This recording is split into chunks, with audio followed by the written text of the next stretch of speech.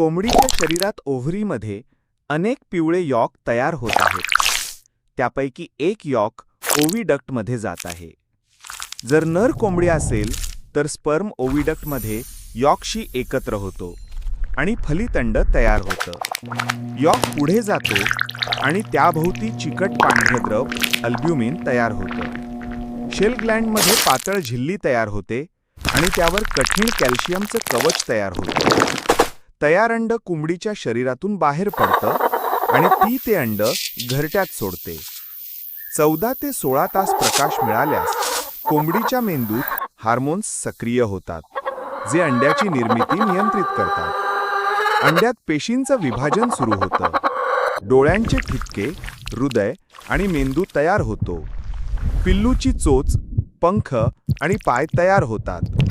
हृदय ठोके देतं. पिसं तयार होतात. पिल्लू अंड्याच्या आत मोठं होतं आणि जागा व्यापतो. पिल्लू हॅचिंगसाठी योग्य स्थितीत वळतं. यॉकचा अंश शरीरात शोषला जातो. पिल्लू चोचेनं अंड्याच्या कवच फोडतं आणि शेवटी अंड्याबाहेर येतं.